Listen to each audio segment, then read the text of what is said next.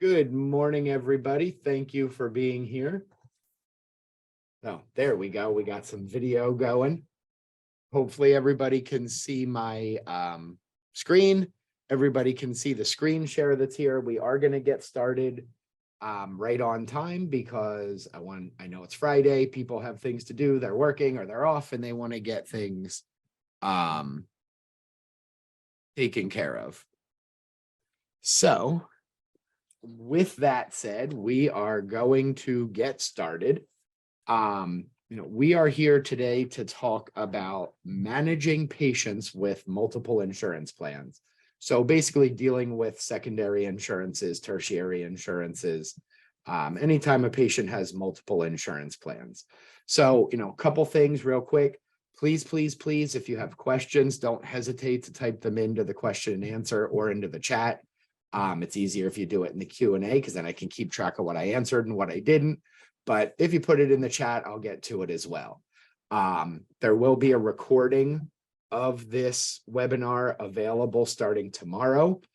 All of the attendees, registered attendees of the class will get a link delivered to their email, the email that they registered with, giving them access to this video. So, hopefully anybody who's not able to catch it live is going to be able to watch the replay. Again, always email me, ask questions. My email address is at the end of the presentation. So don't hesitate to shoot me an email if you do have any questions.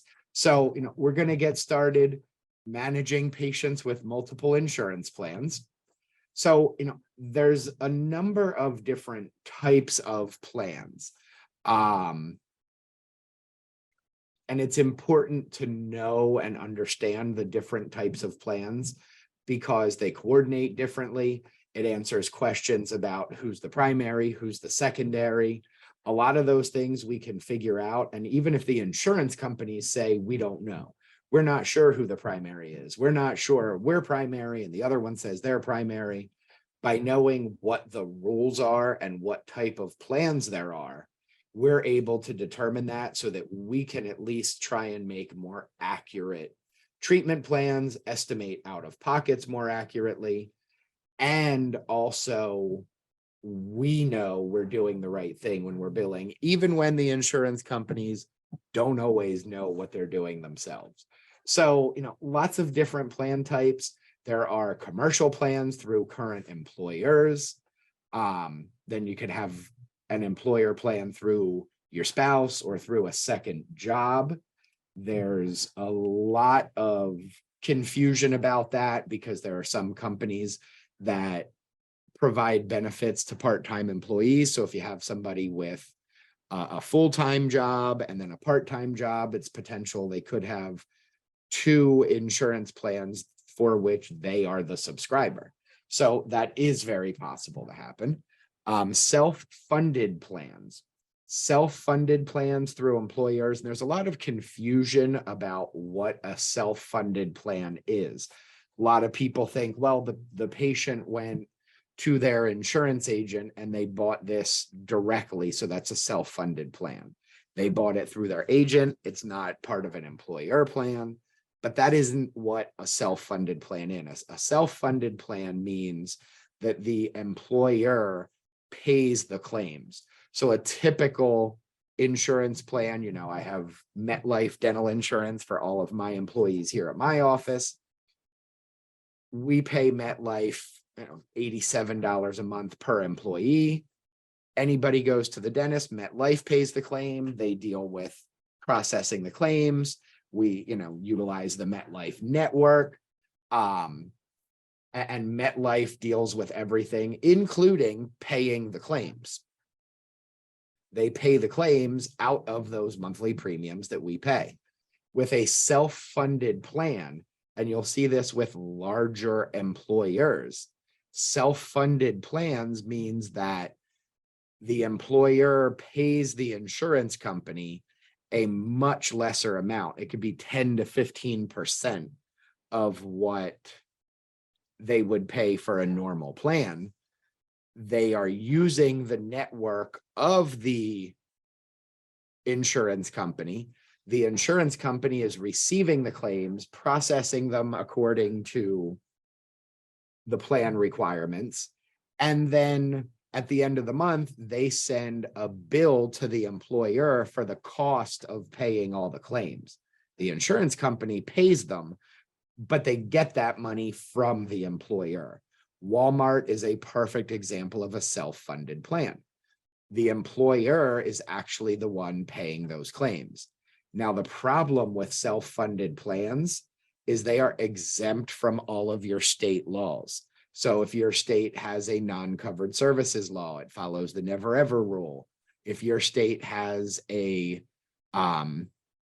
time period during which an insurance company can request an overpayment, a lot of states have a rule that says it's 12 months or less. So if you get a retroactive termination and the insurance company sends you that dreaded letter that says, we overpaid for this patient in March, we want the money back. There's a 12-month limit in most states for them to do that.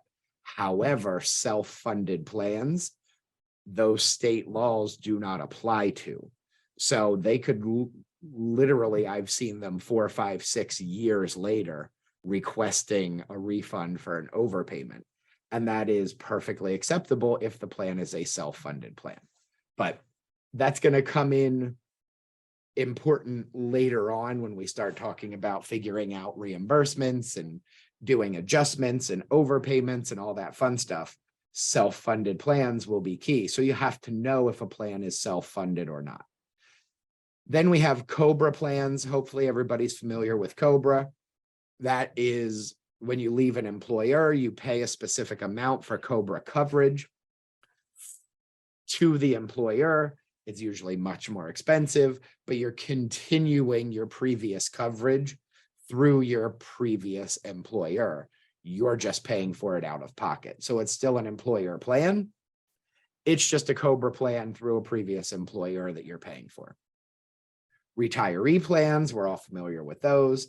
Supplemental plans are things like AFLAC plans, medical plans with embedded dental benefits. We're seeing this after the Affordable Care Act, where medical insurance has to have a dental rider for under the age of 18 dependents. So child dependents have to have an embedded dental benefit within their medical insurance. That's one of the requirements of the Affordable Care Act. Then we have Medicare plans, and then we have Medicaid plans.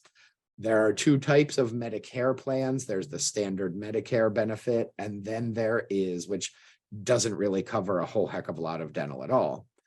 And then there is the Medicare plans that are Medicare Advantage plans that are separately purchased by the patients. They, typically get them because they call the 1-800 number on a commercial during Judge Judy, or, they saw something late at night with an infomercial, and they're calling and getting those Medicare Advantage plans. They get something in the mail. Those are newer in the past year or two. Something that we're starting to deal with. A lot of our major carriers are carrying Medicare Advantage plans, and letters went out middle of this year giving you the opportunity to either drop out of the Medicare Advantage plan or accept it as part of your Aetna plan or as part of your Cigna plan through your participation with those. So we're going to talk about all of those and why they're important. Now, Bethany did ask already in the Q&A, and Christina, I'm going to get to you, but we're going to talk about that in a little bit. But Bethany asked, is it obviously stated on a card or benefit detail that a plan is self-funded? It is not. That is something that you historically have to call and ask. And I will tell you, it's rare that a rep will know. They're going to have to ask a supervisor. What I will tell you is if a employer has more than 500 employees, there is a 98% chance that plan is self-funded. If it's a large employer, I just automatically assume it is. Walmart is, all of the airlines, all their plans are self-funded. GSK, the pharmaceutical plans, hospital groups are self-funded typically. So, if you're not sure, you do have to call and ask. There's nowhere that it obviously states. And, I think that's a little deceptive because it's something that we should know because it does make a difference in a lot of calculations, but it's not something they put out there because even the employees who work for the companies that are self-funded don't understand what it actually means. So unfortunately, Bethany, no, there is no super easy way. There's nothing on the Walmart Delta card that says this is a self-funded plan. You just have to know. And then once you know that company will always be self-funded.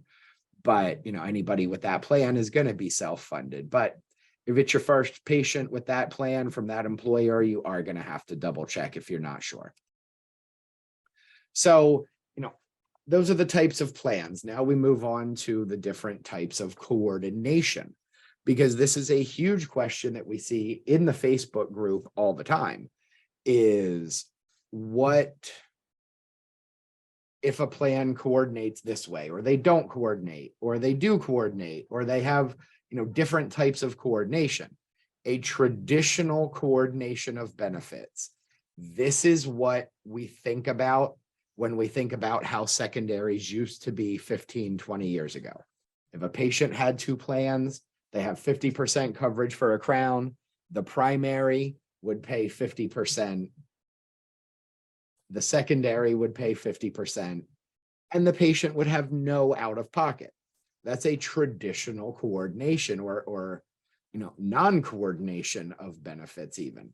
But, patients can receive up to 100% reimbursement for that. And it was typical. That's what we thought of when we thought of a patient with two insurances, patient with a primary and a secondary. We always thought 15, 20 years ago, we thought of traditional coordination. Unfortunately, now we don't always have traditional coordination because now we have carve-out coordination, which means the secondary determines what it would have paid if it was the primary, subtracts that payment from that amount. So carve-out coordination, the secondary will only pay if the primary paid less than it would have if it were the primary. So let's say the primary allows, $50 for a service, the secondary allows 60, primary paid 50. The secondary will pay 10 to bring you up to their allowance. If it goes the other way, if the primary allows 60 and the secondary with carve-out coordination allows 50, that secondary will pay 0 because the primary already paid more than it would have if it were primary. So, again, you have to ask what the coordination type is when you have a plan with two insurances. And Eric, to answer your question, is it 100% of UCR, the lowest allowed rate for traditional? It typically will be based on their own, for the traditional, as we go back, traditional coordination, it will be based on their fee schedule, which we're going to get to the calculations later on towards the end of the webinar, but it typically, they'll each be based off of whatever their own allowed fees are, which is how we find out that we are able to collect more than the lowest allowed fee up to your UCR when a patient has two insurances. And that's the great thing. That's why I love when a patient has two insurances, because a lot of the time we're able to collect from the two insurance plans more than our lowest allowed fee, even up to our office UCR, which is great. So it never makes sense to me when I see people say, oh, well, we've decided not to submit to secondary. We've decided not to submit to tertiaries. I love it because I'm able to get much, much more payment for the same service. So I love when that happens, but I understand a lot of people don't. But again, we're going to get to UCR's fee schedules later on in the presentation today. We talked about carve out. Maintenance of benefit. This is like a carve out, but the secondary considers the primary payment, just like in a carve out. Then it applies its own deductibles and coinsurance. So if we go back to that original statement where the primary allowed 50, the secondary allows 60, but the patient has a $50 deductible, that secondary is going to pay nothing and make $10 the patient's responsibility towards their deductible. So again, we're going to talk about calculating all of those later on. I just want to put it out there that, these type of plans exist, and patients that have a, excuse me, patients that have a maintenance of benefit plan will typically have an out of pocket, where with a lot of the others, they actually won't, or can even make money by coming to the dentist, which we're going to talk about later on. Then we have non-duplication of benefits. This is very much like a carve out, but it's also how the vast majority, and when I say majority, I don't mean 51%, I mean the huge majority, 80–90% of self-funded plans follow the non-duplication of benefits clause, which says if the primary paid the same or more than what the secondary would have if it were primary, then they will pay nothing. So, you think about a patient that has a 50% copay, they're getting a crown done, primary allows 1,000, secondary also allows 1,000. 50% coverage, the primary pays 500. The secondary says, well, if we were primary, we would have paid 500, but since the primary already paid that, we're paying nothing. And, again, this is how the majority of self-funded plans work, and with a non-duplication of benefits clause. So you have to understand that these plans exist and how they work. It's very important when you're treatment planning for patients so they understand what their out-of-pocket's going to be. And like I said, just so you know, Christina and Christopher, I am going to answer all those questions just, later on in the presentation. So I'm not ignoring you. I'm just letting you know we're going to get there. So, again, remember I said self-funded plans are exempt from your state laws. So your non-covered services law, your state, if you're one of the 38 states that follows the never ever rule, where, if a service is never ever covered by the plan, then the patient pays your full office UCR. The problem is self-funded plans are exempt from that rule. So it's possible on the same bulk EOB, you get two non-covered services. Let's say they're night guards, 9944. And one of them says you can charge the patient your full office UCR, it's a non-covered service. The next one says this is a non-covered service, charge the patient the Delta allowed amount of $206. The reason that's happening is most likely because the plan that is saying the patient only pays the $200 allowance, not your full office fee, is a self-funded plan. And your state's never ever rule does not apply to those self-funded plans. They are exempt from state laws. So again, very, very important for you to understand that. So now it comes down to which plan is where. So, who is the primary? Because this happens all the time where, we have a mom and a dad, both have coverage for the kids. Mom's is through MetLife, dad's is through Delta. Delta says they're the primary, MetLife says they're the primary, or vice versa. They both want to be secondary. And you have to figure out who is who, and then you call the customer service line, and they will always say, oh, well, we're the secondary, or no, we're primary and they're primary and we're both primary, or there's, we don't coordinate benefits, which means we're going to overpay. We're going to talk about all of that shortly, but understand that current employer plans are always primary for the subscriber.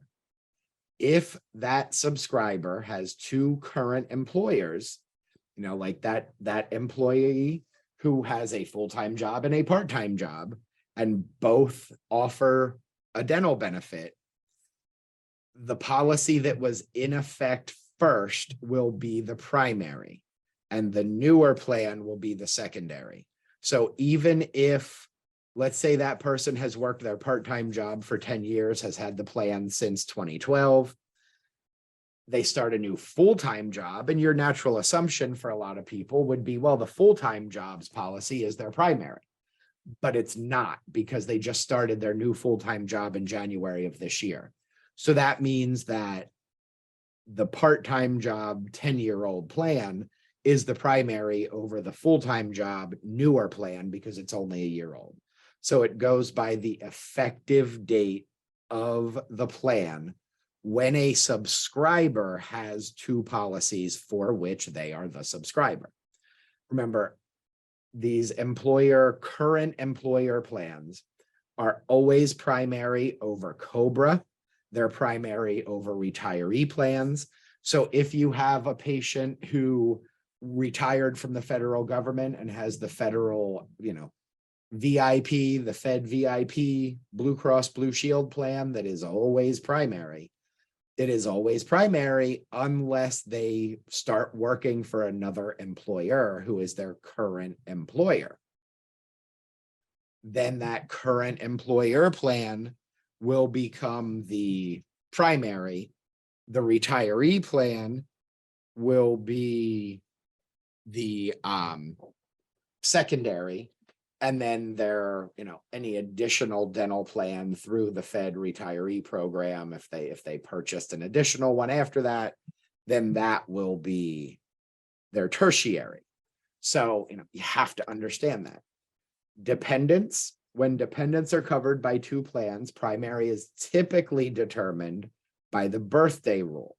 So if mom and dad both have coverage, mom's birthday is December 2nd, dad's birthday is February 14th, dad's plan will be the primary because his birthday is earlier in the year than mom's.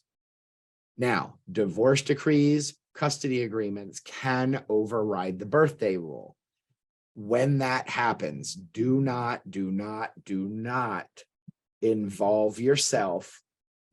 Do not let the patients tell you, well, we'll give you the decree, we'll give you the custody agreement, you fight with the insurance company. Put it back on the parents. That is their fight.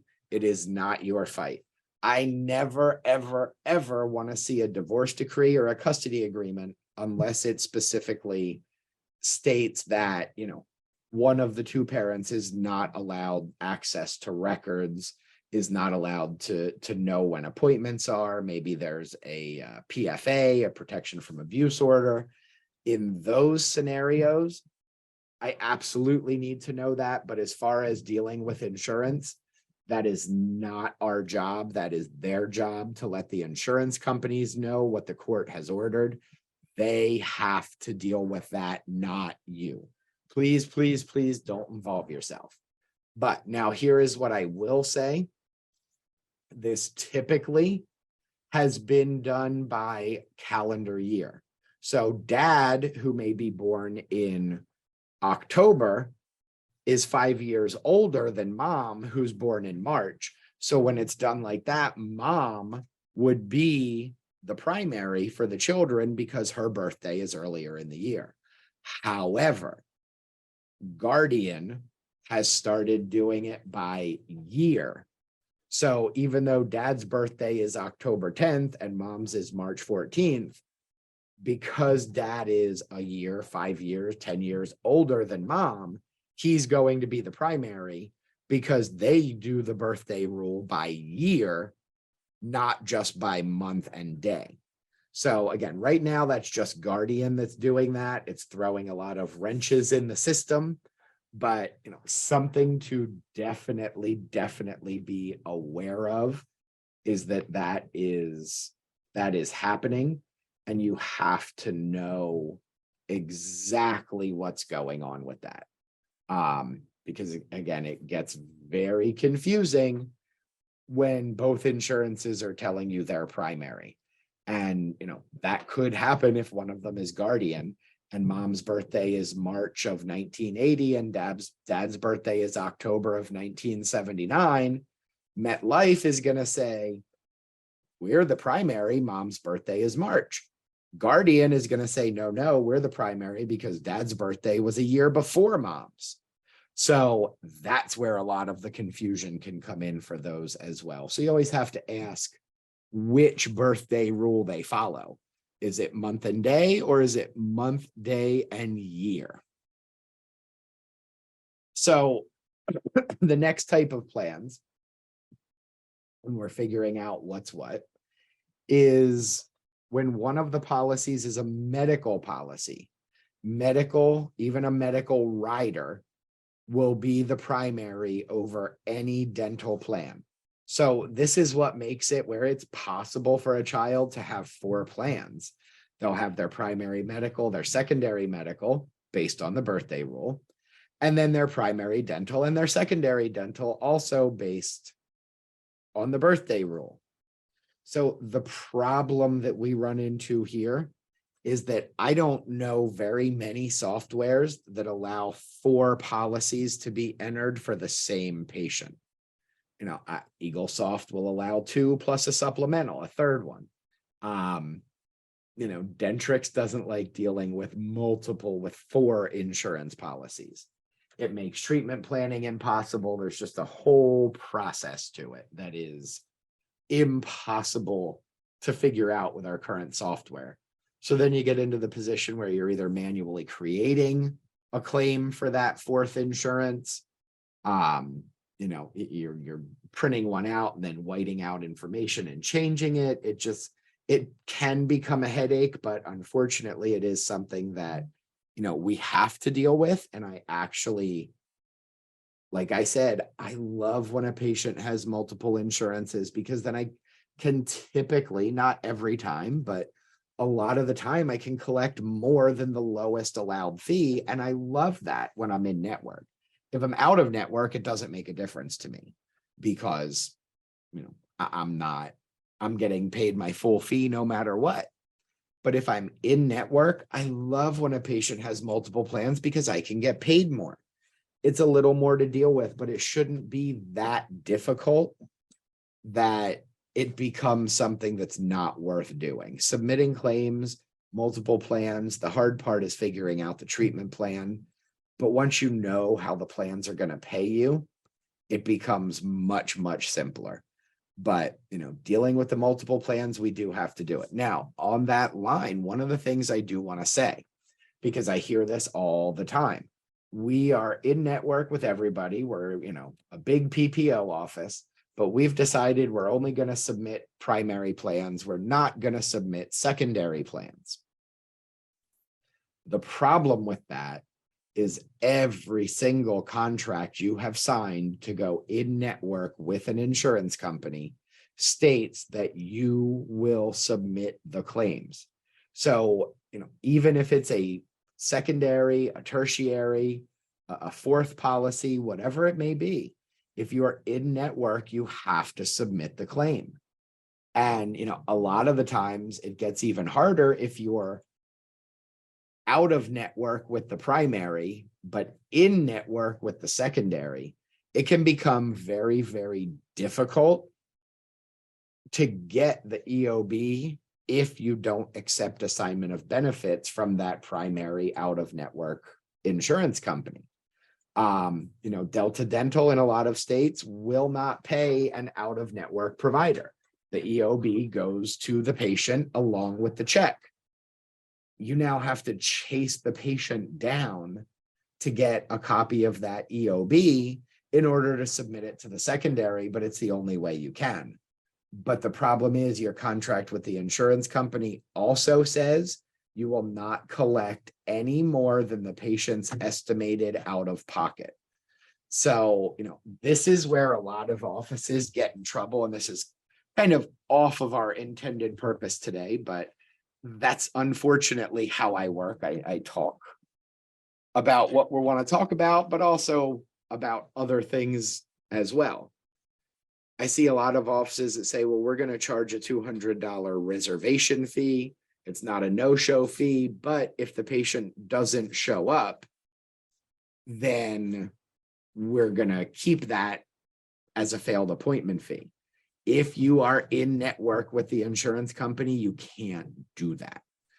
Your contract actually says you can't do that. So you have to pay attention to that. The other thing, and actually Lorraine just answered or asked the question that I was going to talk about next. Lorraine said, do we have to submit to the secondary insurance when the primary insurance has paid in full? If you are in network, you absolutely do. It doesn't matter if the primary paid in full. It doesn't matter, that you're not expecting any more money. Even if it's a non-coordination plan or it's a carve-out plan, if you're in network, you have to submit the claim. Now, what I'll say is, again, when you say the primary paid in full, did the primary pay your full UCR? Because if they did, unfortunately, you still have to collect, but that's great. You got paid your full office UCR from an insurance company. If they did not, I would want to submit to the secondary for a couple reasons. Number one, reward plans are becoming quite popular. So you may start at a company and have a $1,250 annual maximum. But if you have no restorative work and you maintain your recall visits for the year, you follow the suggested 2 prophies per year, the next year your annual max goes up to $1,500, and then it goes up to $1,750, and so on and so forth. If that secondary plan is a reward plan and you're not submitting prophies because, well, the primary paid in full and they're the secondary, we're not going to submit it, you're costing the patient benefits for next year. So, A, it's a contractual requirement that you do that. B, if you're in network. B, you could be costing the patient benefits for next year by not submitting those prophies, those things that were already paid in full by the primary, to the secondary insurance. You always want to do that. Like I said, it's a couple clicks. It shouldn't take any more than, literally 15 or 20 seconds to send that claim. It's not a big deal. Now, if you are not in network, then there is no requirement for you to contractually send a claim. You don't have to. I still would, because, I want to collect as much as I possibly can and save the patient as much money as I possibly can within the rules and requirements of insurance, as we know. But I'm going to submit the claims to the primary, to the secondary, to the tertiary. I'm always going to send them, especially if I'm in network, because my contract says I have to. You're out of network, that contractual requirement doesn't exist, so you technically don't have to submit the claim, but I definitely would, because I want to get paid as much as I possibly can from the insurance companies, and it makes me look good. It makes me look like the hero. I'm saving the patient money out of their own pocket, so I'm always going to submit it anyway. Plus, like I said, if you don't, and that is a reward plan, even if you're out of network, you're costing the patient potential benefits for next year. And quite honestly, that could be the difference between them having enough available benefits next year for the root canal and crown they need, or, extra benefits to go towards the implant and the restoration of the implant that they need. So I'm always going to do that, because it takes literally seconds. It's very little effort. And, I think the potential pros far outweigh the con. And the only con I can see is people saying, I don't want to have to submit because it takes time. But if it's taking you more than seconds, something is wrong. And I'm willing to spend those seconds for the potential pros of doing it.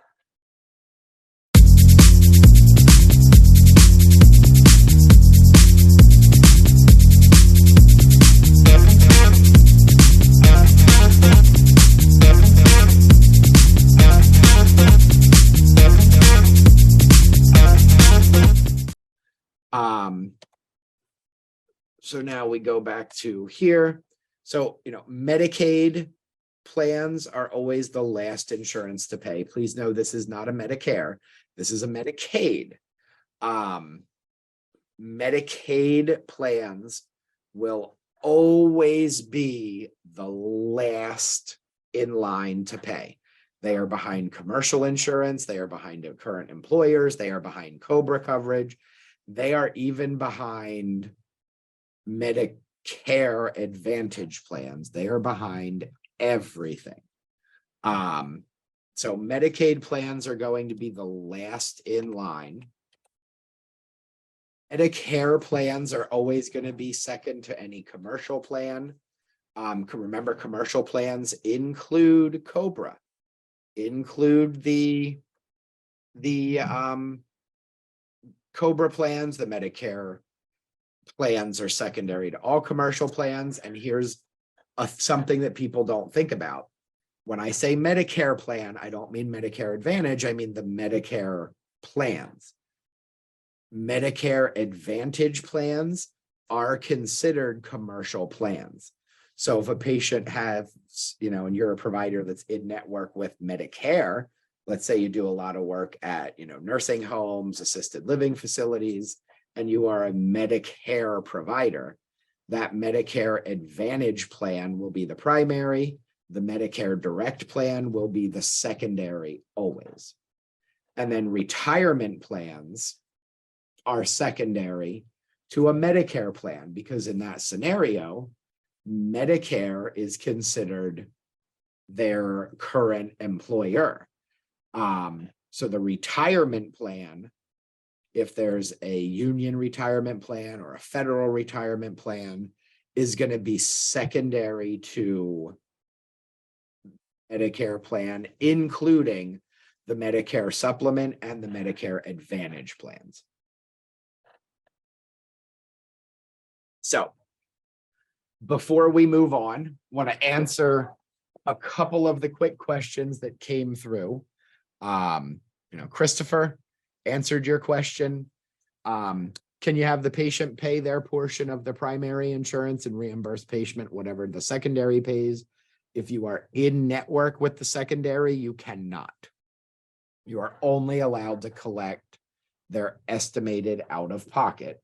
And that estimated out of pocket, you have to figure out based on what the secondary pays. If you're not sure, you can get away with it once or twice just to confirm.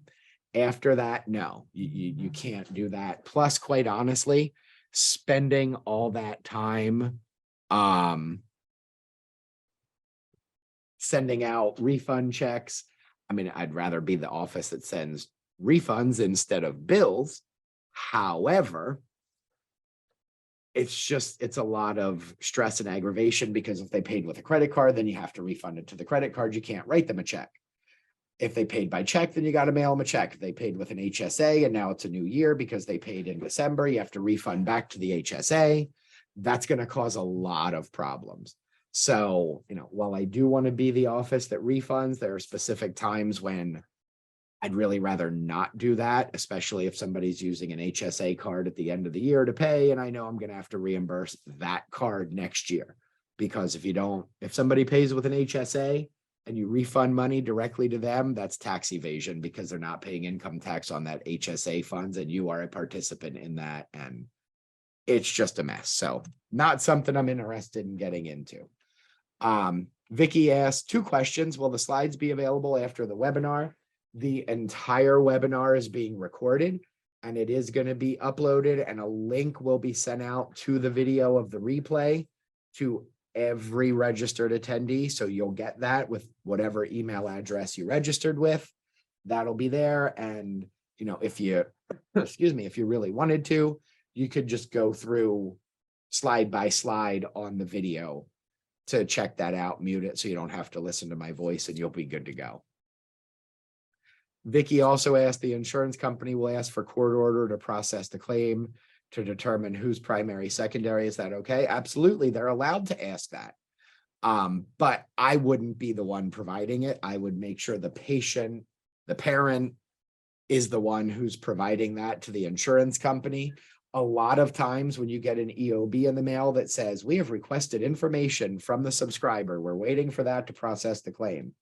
A lot of the time, that'll be one of the things they're looking for, is coordination of benefits. Who's primary, who's secondary. They're looking for a court order. They're looking for information from the subscriber about a potential secondary policy, or a court order on who would be primary, secondary. So it's okay. I wouldn't be the one to send it. I would have the patient send it, but that's just my preference. And an anonymous attendee said, are you saying that if a patient pays by credit card, you have to refund by how they paid? Yes, you do. And that is not an in-network or out-of-network thing. That is the way it is. If a patient puts a charge on a credit card and then calls you and says, oh, I overpaid, but just write me a check. That's actually, if you write them a check and don't refund it to the card, that's actually considered them taking an unauthorized cash advance on a credit card. And you are, excuse me, are party to that, which is actually a criminal act. Will say, I have never met a dentist who has been arrested for it. I have met dentists who have lost their ability to take credit cards as payment or obtain a merchant services account because of that. So it's just something you want to be attention to. The 1% off chance that you're going to get in trouble for it.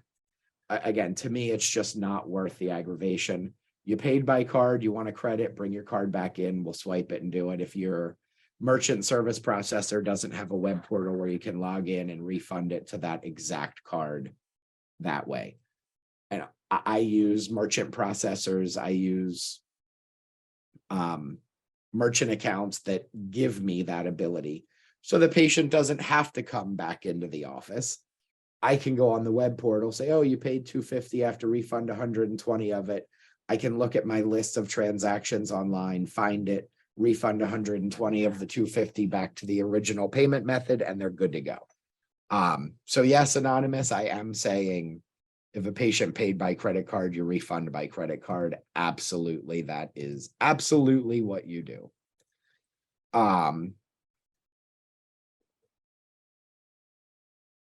And Julie asked, if the insurance requests information from the patient, is there a reasonable amount of time for them to provide that? And if they don't, we can close the claim and bill the patient. Absolutely. Unfortunately, it's a year. They typically have a year to do that. It is going to depend on your state, or not your state, but the insurance company's timely filing rule. I have been successful in getting that overturned. If we submitted the claim, we can prove we submitted the claim. And then it's late that the subscriber replies, that the patient replies. I can say, but we submitted it within timely filing. It wasn't our issue. And, typically the insurance company will override their timely filing because it wasn't really a timely filing issue. It was the patient's fault. If they don't, I will call the patient and let them know, listen, this is what your insurance company is doing. We're going to close the claim and you owe the money. And most of the time, a call from the patient is enough to get the insurance company to reprocess it and get you paid. Let's see. So Lisa just asked, can you explain what a supplemental Medicare plan would be? We deal with Blue Cross Medicare Advantage often, but not sure what a supplemental is. they're actually going away. They're being replaced by the Advantage plans, but there used to be add-on supplemental plans. You would see a lot of actors from the 60s and 70s appearing in commercials for supplemental plans, late at night or during the day on Judge Judy, that were geared towards the retired, Medicare subscribers who were at home watching TV during the day, that they would go, oh, I recognize that guy from this show in the 60s or in the 70s. And, they were supplemental plans. They are now being replaced more by Advantage plans. The supplemental plans would be typically from a smaller insurance company. They were very fly by night. They reimbursed very, very little, but they still existed and we had to know what they were.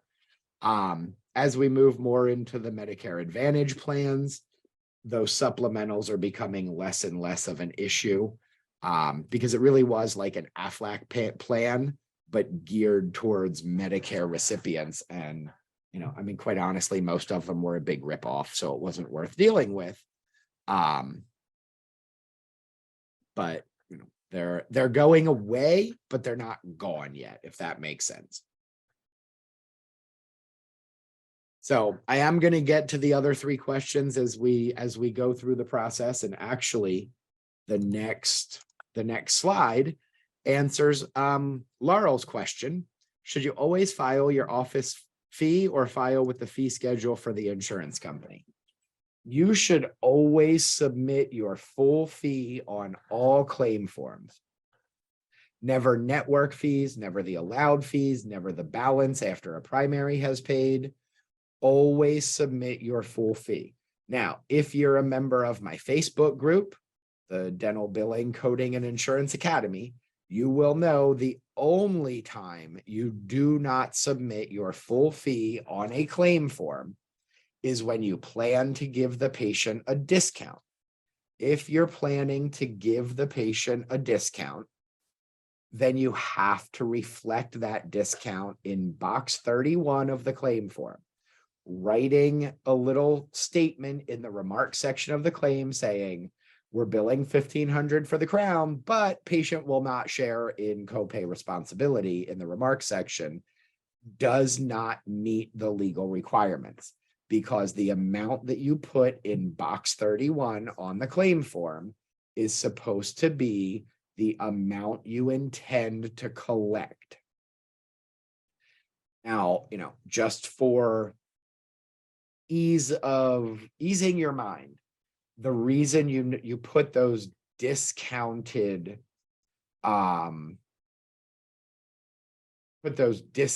fees in box 31 is because when you're in network and you're submitting your full fee, a lot of people say, but we don't intend on collecting our full fee. We're only going to collect the allowed fee. But what you have to remember is when you're in network, the amount you intend to collect is made up of three parts. It's made up of the insurance payment, the patient payment, and your contractual adjustment. Please remember, insurance companies do not consider that contractual adjustment, that write-off, to be a discount. It's not a discount. It is a contractually agreed upon adjustment. So, when you're in network, you submit your full fee because that's the amount you intend to collect. The insurance payment portion, the patient payment portion, and your contractual adjustment. When you're out of network, the amount you intend to collect is the insurance portion and the patient portion, because there is no contractual write-off. So, this is why you have to submit your full fee on the claim form for many other reasons. Number one, the ADA, who owns the claim form, says you should always put the amount you intend to collect, which should be your full fee, because, we're not supposed to be giving discounts to people. No other medical profession really gives discounts to people. So submit your full fee. But also, when a patient has 2 or more insurance plans, you can collect up to your full office fee, even if you're in network with one, both, or all three of that patient's plans. So there's absolutely no reason to submit a discounted fee on the claim form to the secondary, because I can collect up to my full office fee, even if I'm in network. And, we're going to go through that process. We're going to go through the math in a little while, in just a few minutes, actually. But, I just want to get that out there. So when you submit your claim, you always submit your claims to the secondary with the primary EOB attached. I submit my claims to the tertiary with the primary and the secondary EOBs attached. I want to give them all the information. I mean, when we're doing claims, when we're doing, sending claims for our clients, we overload the insurance company with information. I want to give them as much information as I can for, two reasons. Number one, it reduces the number of times we get an EOB saying, well, we never got the x-ray, or we never got to this. Yes, you did, because we send it every single time. But, number two, I'm just less likely to get a denial if I give them all the information. I want to give them information overload, because I want them to see, I want them to understand that we have everything up front. Plus, if I've sent it, it's very easy when I get that EOB that says, we never got the x-ray. It's very easy for me to call them and say, yes, you did. Here's the NEA attachment number.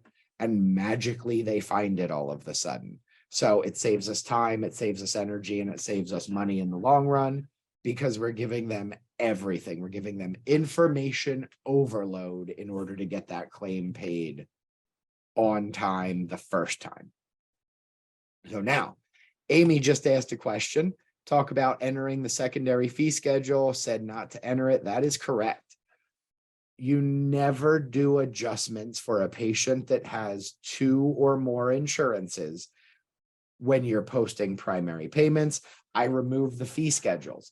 One of the things that I learned, and I will tell you, even if you don't have EagleSoft as your software, if you have one of the others, Dentrix or Open Dental or Denticon or Curve or whoever, join Andre's EagleSoft Field Guide Facebook group.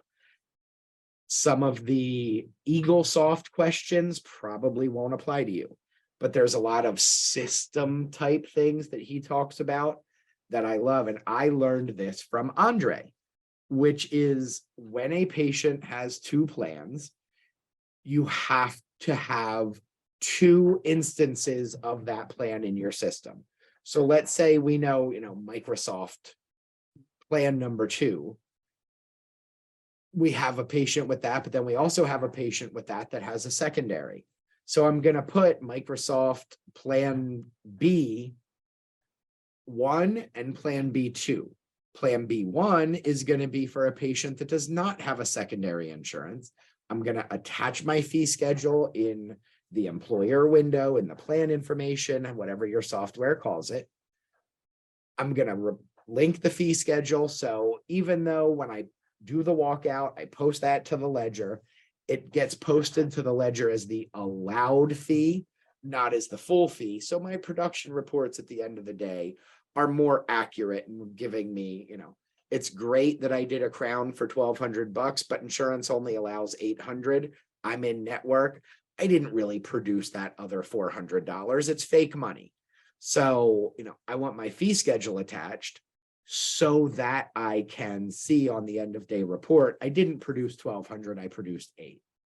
The problem is when a patient has 2 insurances, you can collect up to your UCR from the 2 plans. I want to make that very clear. It's from the 2 plans. Patient portion is based on your lowest allowed fee schedule. And we're going to do a walkthrough. We're going to talk about this. But from the 2 insurances, I can collect up to my UCR. So when a patient has 2 insurances, I remove the fee schedules from those plans. I actually create a second plan named, Microsoft Plan B, Microsoft Plan B Secondary. And I'll attach that Plan B Secondary to that patient, even if it's his primary, because that Plan B Secondary plan in the edit employer or in my coverage table has no fee schedules attached. So everything gets walked out at full office fee, posted to the ledger at full office fee. And when I'm entering the primary payment, I do not do an adjustment. I wait until all insurances have paid. Then I do an adjustment if the adjustment is due.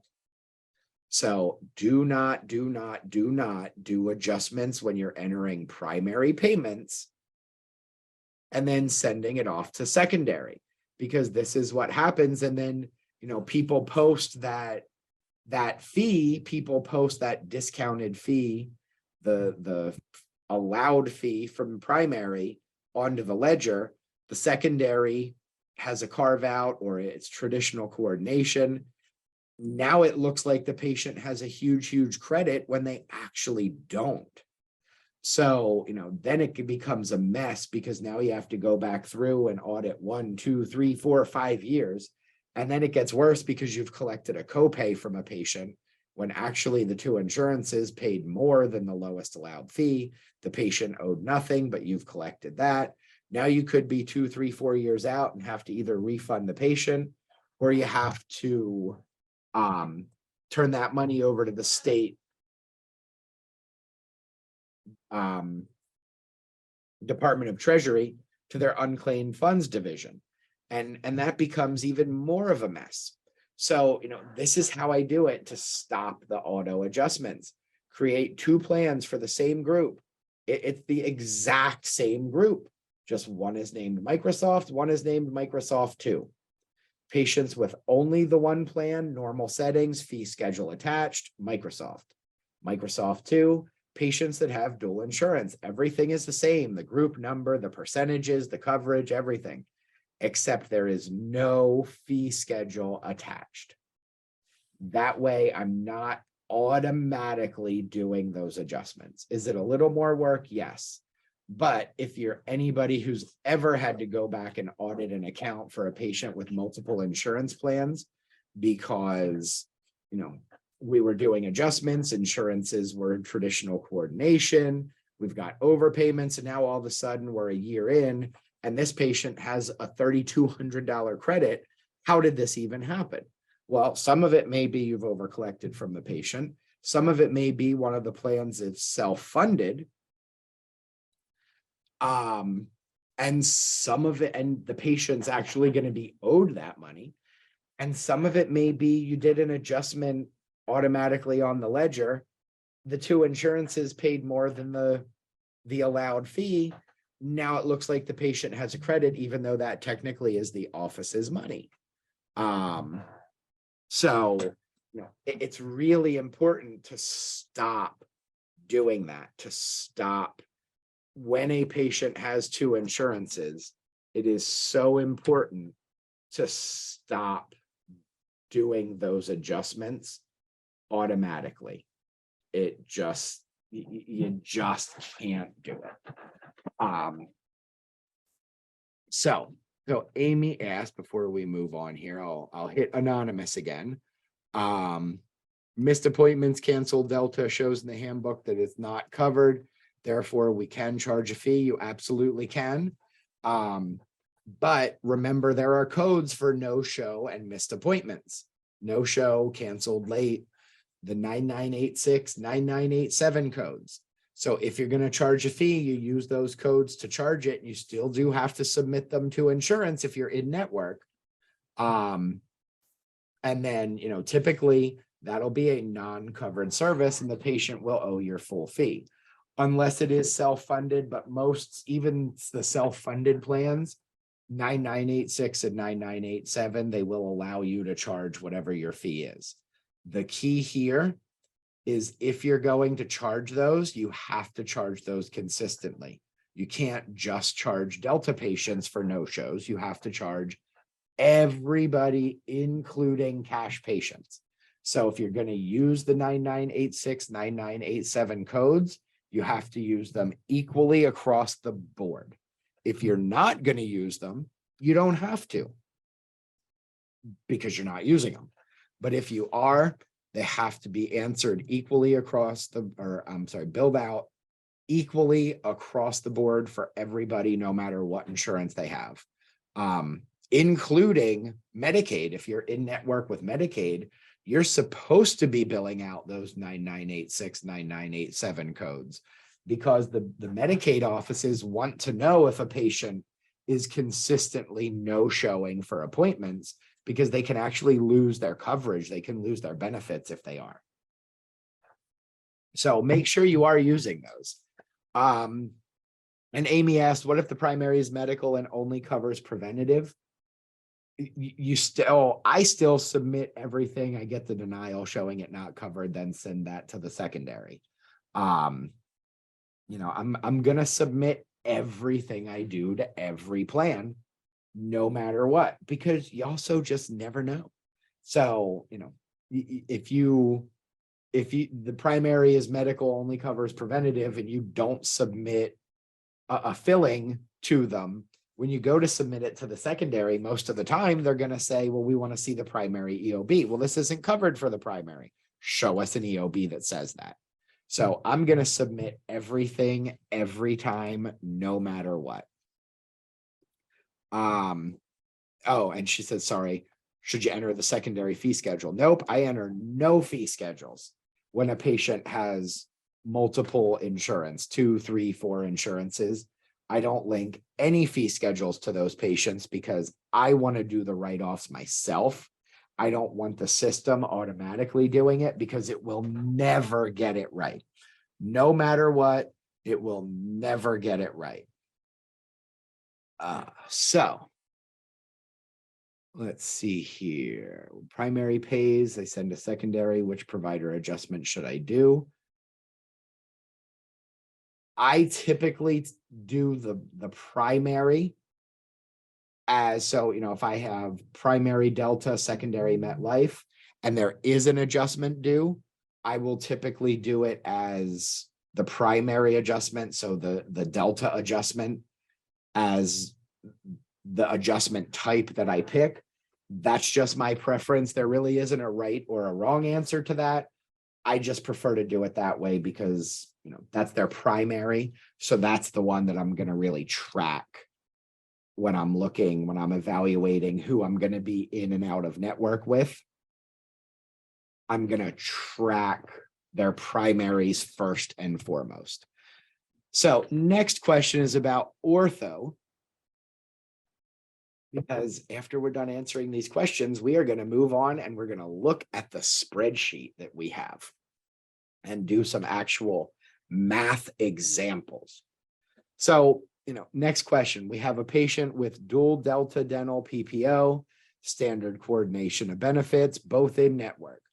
Primary paid 1,000, secondary paid 1,500, then increased the max from 1,500 to 2,500 during the course of treatment, which resulted in a $1,000 credit. Is this insurance increase or patient refund or coordination of benefits? Well, my question for that question is, between the primary and secondary, you collected 2,500. If your UCR was higher than 2,500 for that ortho case, I'm going to assume it was, then that $1,000, let's say the Delta allowance is 4,000. You collected 1,000 from the primary, 1,500 from the secondary. So you've collected 2,500. The allowance is 4,000. The patient paid that other $1,500 balance up to the $4,000 allowed fee. But Delta then came back and said, oh no, the max is 2,500. They paid an additional $1,000. That means you've now collected 3,500 towards a $4,000 allowance. So the patient should have only paid you $500 instead of $15.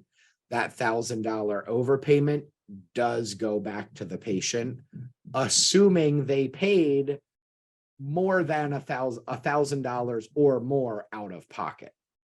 If they paid less than $1,000, then you're going to refund them whatever the credit is. I mean, it's $1,000, so I'm assuming they paid more than that. But you're going to refund them whatever they paid, and then you're going to do a debit adjustment to increase the fee schedule allowance from $4,000 up to whatever your total collected from the two insurance companies was. So hopefully that makes sense, but we'll kind of go through that. I'll actually do a sample of that on the spreadsheet. I'm going to leave that question up there so we can roll through that as we go through the spreadsheet that I want to show everybody. So let me just pull the spreadsheet over here. Give me 1 second.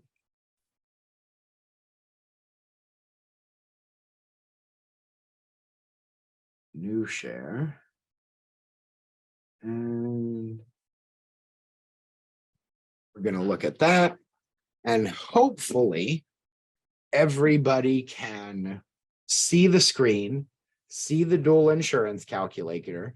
And here's what I want to say.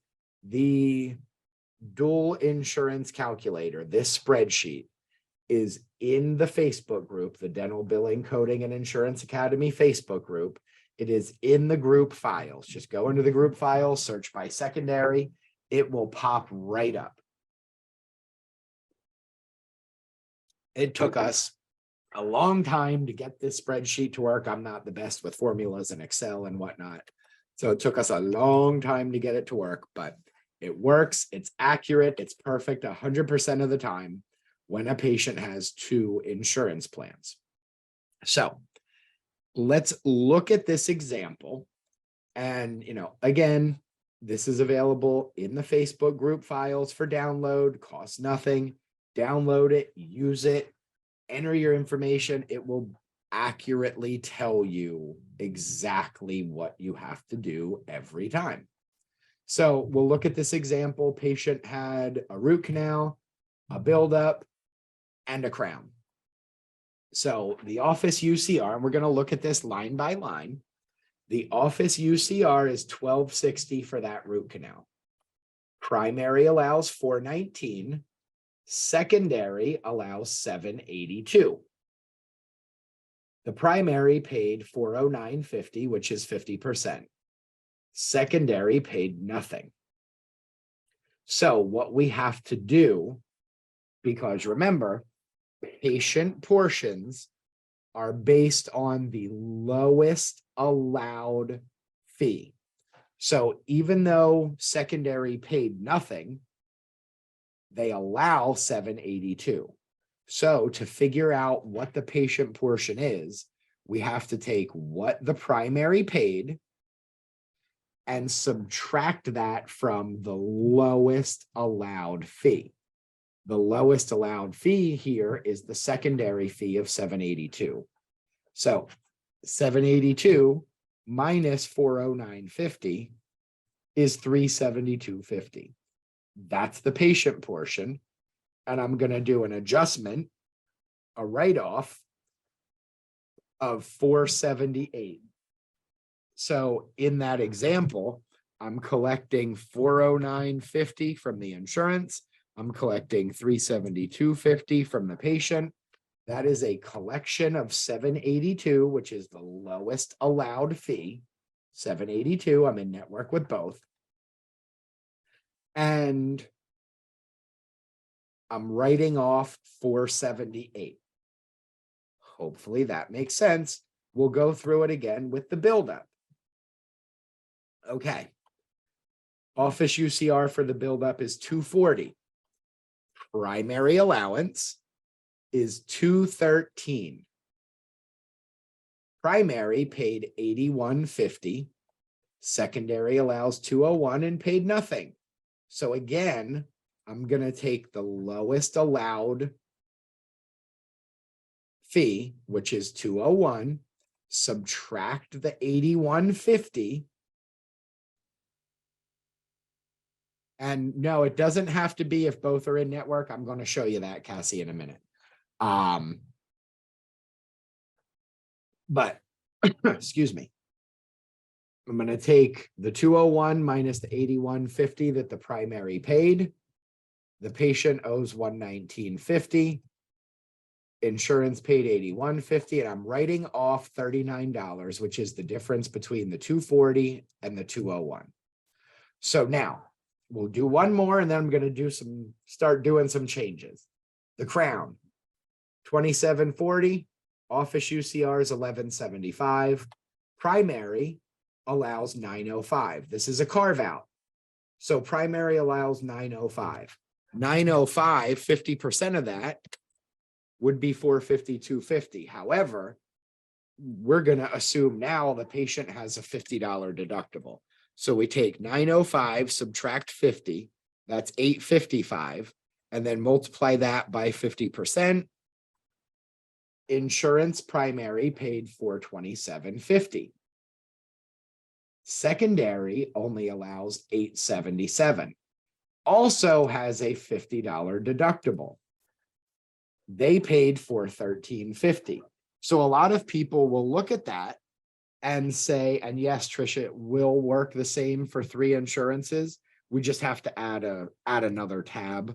But quite honestly, typically most tertiaries, until either the primary or the secondary have maxed out, are really useless because you've already collected over your UCR up to your UCR from the first 2. But same concept. So now from the 2 insurance companies, we've collected $841 for this Crown, but our lowest allowance is $877. The patient owes $36. They do not owe the $50 deductible for the primary, the $50 deductible for the secondary. They owe $36, and both deductibles are considered met, even though they're only out of pocket $36. And we're going to do a $298 adjustment, which brings our office UCR down to the lowest allowed fee, which is $877.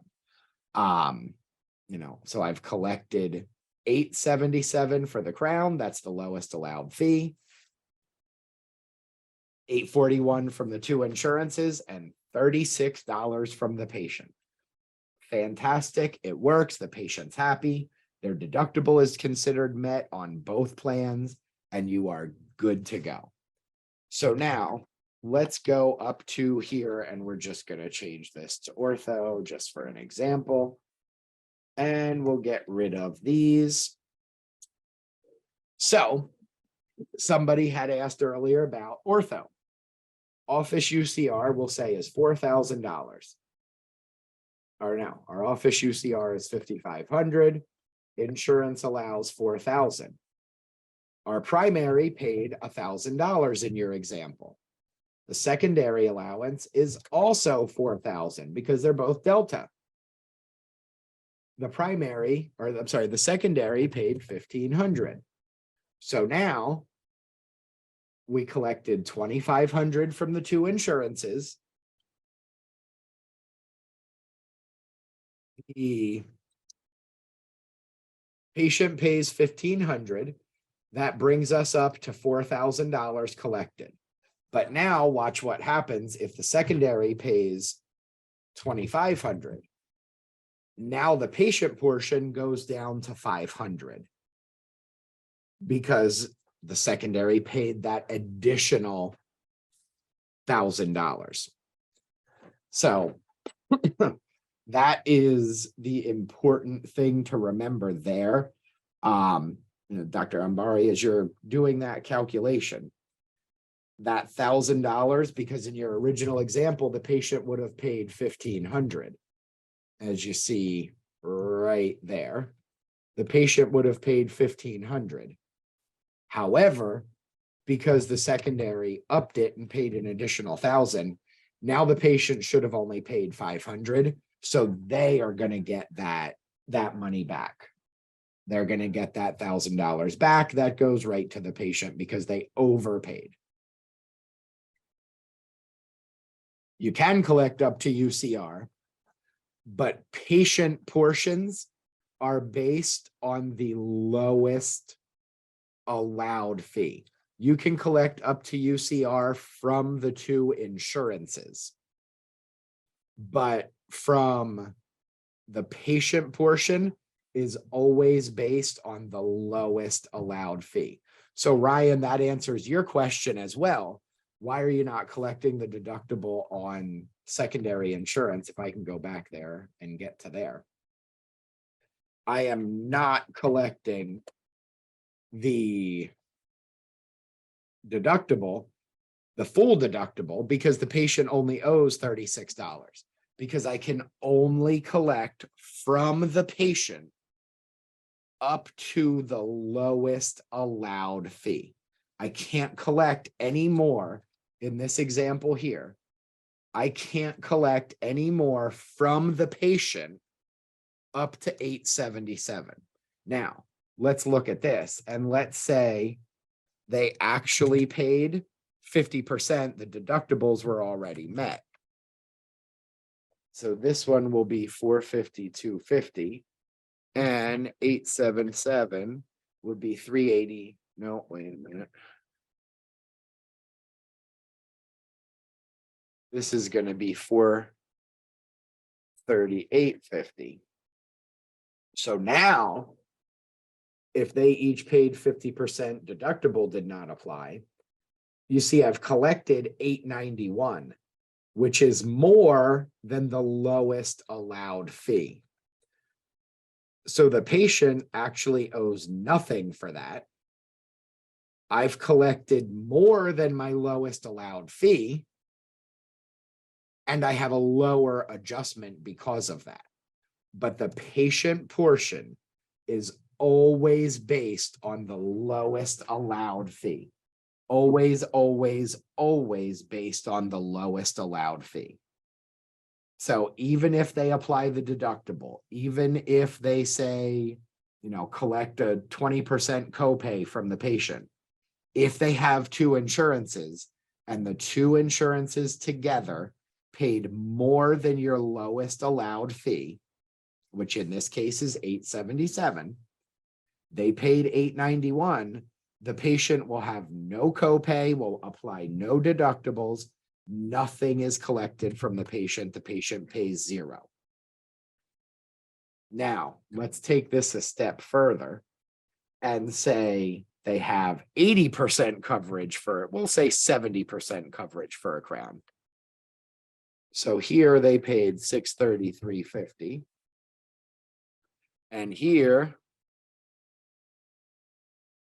they paid $613.90.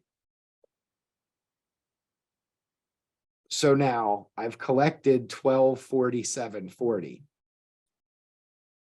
But my UCR is $1,175. So you see this number over here became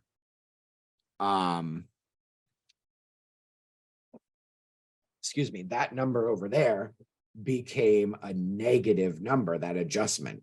That's because I've collected $72.40 over my UCR of $1,175. That $72.40 you have to do one of two things with. Either it goes back to the secondary as an overpayment, which means you have to call them, request a refund request. They'll send you the letter saying we're requesting a refund for the $72.40 we overpaid on, data service 1015 for code 2740. Or if the plan, either one of the two plans, not both, but either one of the two plans is a supplemental or a self-funded plan, that $72.40 does not go back to the secondary. It goes back to the patient. So this patient could come in and get a crown, and every crown they get, they're owed $72.40. They paid nothing out of pocket, but you have to give them $72.40 every time they walk into your office. And that's why knowing if a plan is self-funded is so important. Supplemental plans are easy to identify. It's typically the AFLAC type plans. Self-funded plans, you have to know, you have to pay attention to what they are, because, you know, I hear this all the time. A patient cannot make money by coming to the dentist. They actually can if one of their plans is a self-funded plan. They can actually get paid for coming to the dentist if one of their plans is a self-funded plan. So we have to know that, because this money, you would waste your time sitting on hold waiting for a rep to call the secondary to do a refund request. And they're going to say, no, the coordination was calculated properly. That money belongs to the patient. And people ask in the group all the time, well, no, that can't be right. A patient can't profit from coming to the dentist. They can if the plan, either one of the two plans, is either a supplemental or a self-funded plan. And remember, the last time it was calculated was 2012.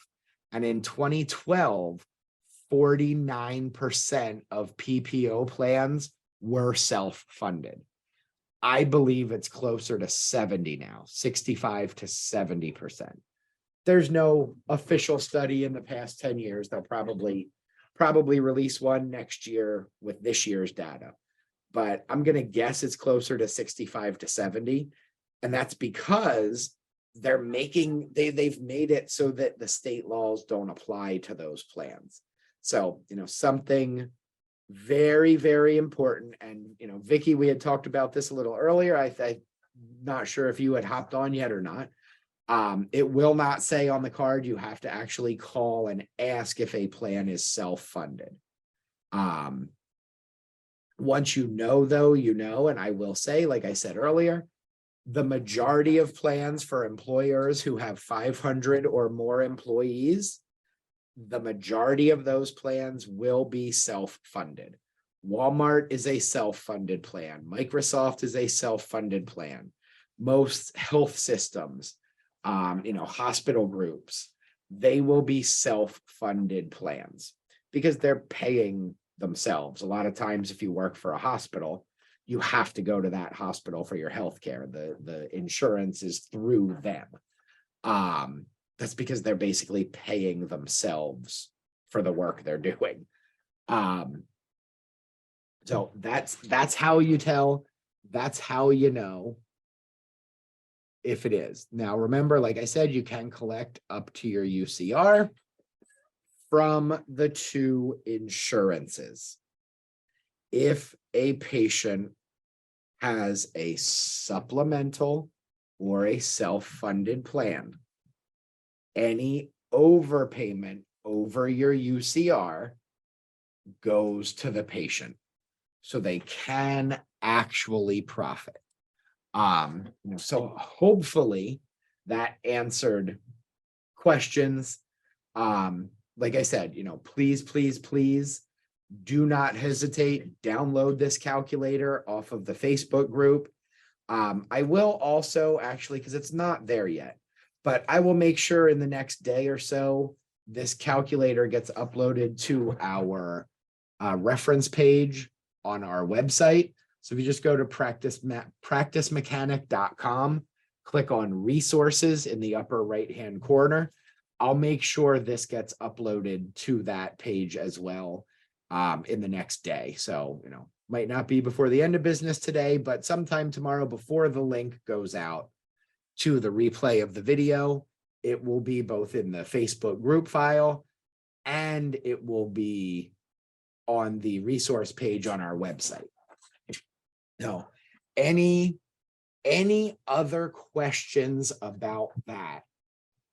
You know, where we got one. Do you do a PPO and adjustment on a self-funded? Absolutely. But remember, if the patient has a secondary, if one of the two plans, let's say, they have a Walmart primary and then, a secondary through their spouse at a small employer through MetLife. If they just had the Walmart plan, you're going to do your standard Delta adjustment. If they have a secondary, you'll do the adjustment down to your lowest allowed fee after the secondary has paid. Always, always, always do your adjustments after both insurances have paid. Don't do any adjustment when you're entering the primary payment. Wait until you've gotten all insurance payments, then adjust based on what the calculator tells you down to your lowest allowed fee or the total of the two insurance payments, whichever is higher. And that is how this calculator is built, that these adjustments off of UCR are based on either the lowest allowed fee or the combination of the two insurance payments put together. So you see, that's why in this bottom example, that adjustment is a negative amount. That's a credit for either the patient or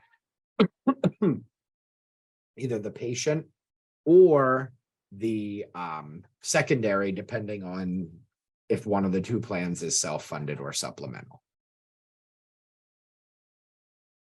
So Julie asked, can you please go into a little more detail and explanation as to why you don't put a fee schedule on the secondary policy?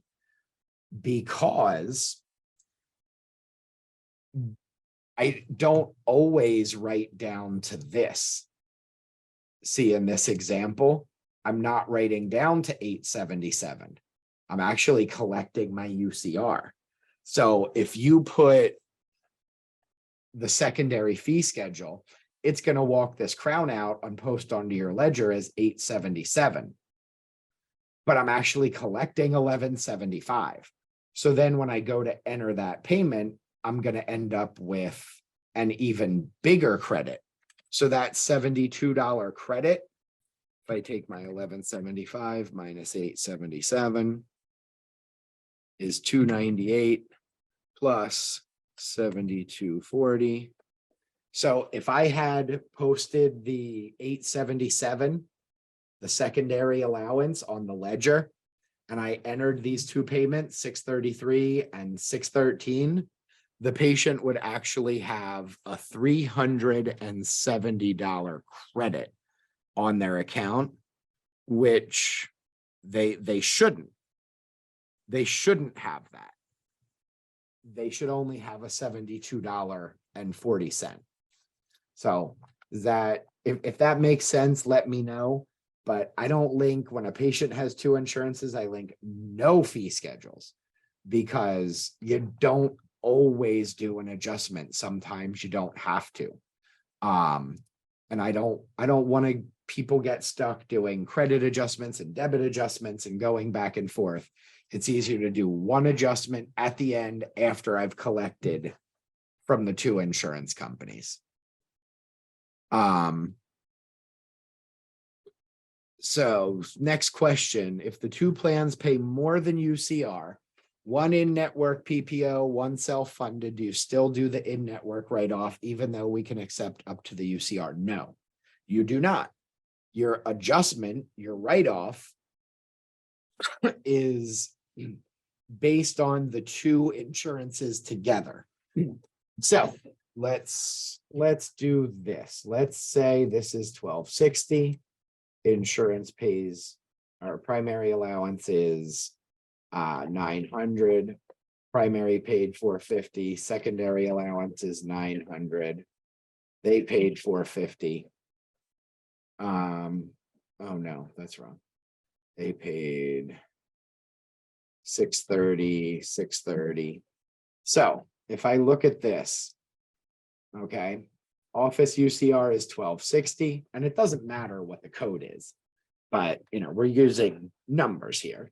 It doesn't matter if it's for a root canal or a preventative or exam, whatever it is. Office UCR is 1260. Primary allows 900, paid 630. Weird coverage percentage, but for the example, it works. Secondary allows 900. Secondary paid 630. I've collected my $1,260. That's my full office UCR. So there is absolutely no adjustment done. Now, if they paid 700, I've collected more than my UCR. So I have a $70 credit, which if one of the two plans is self-funded, belongs to the patient. If it's not, it belongs back to the secondary. So I have to call the secondary, do a refund request, and then send a check back to the secondary for that $70. So that's why I say, you don't still have to do the in-network adjustment. You may have to do an adjustment, but you don't have to, depending on how the two pay.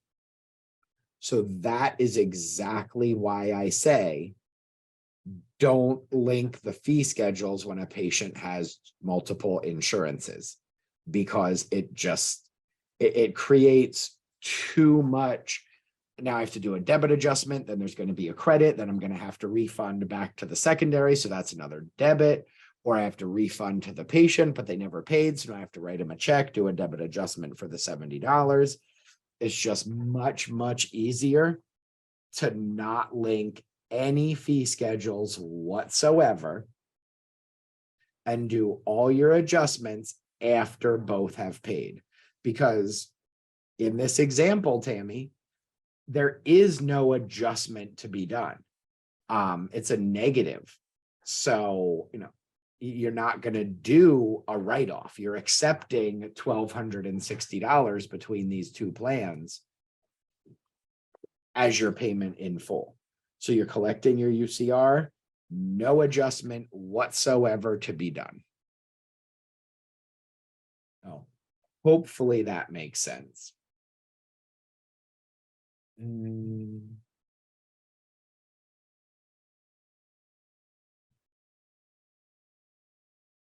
And one more question here.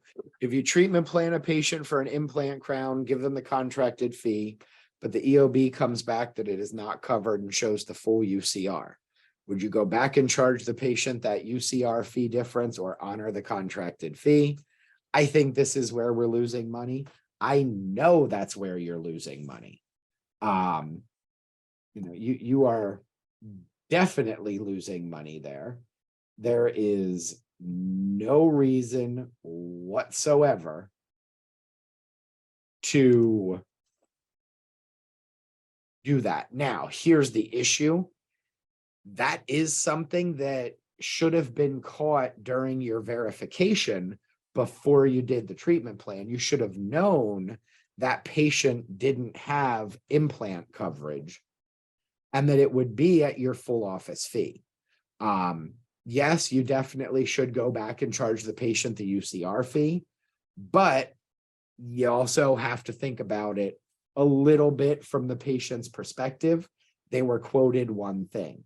That is why on my treatment plans, all of my treatment plans show our full office fee. And then I always tell patients, this is what we expect insurance to pay, but please remember, you could be responsible for up to this full fee. That way they've been told. That way there's no question. There's no them coming back at me and saying, but wait, you told me I only had to pay $800 for this crown, but now you're telling me it's $1,200. Well, your insurance didn't cover it. They said it's a non-covered service. Well, shouldn't you have known that? Yeah, I really should have, but I didn't. When I've told them, I say, listen, I told you this could be what you were responsible for. Hopefully insurance pays something. And then, then you're at least covered. You've got a fallback. And let's go back to the secondary insurance calculator because Cassie asked, want to understand the spreadsheet. If I'm in network with the first and not with the second, I still put the allowable for both.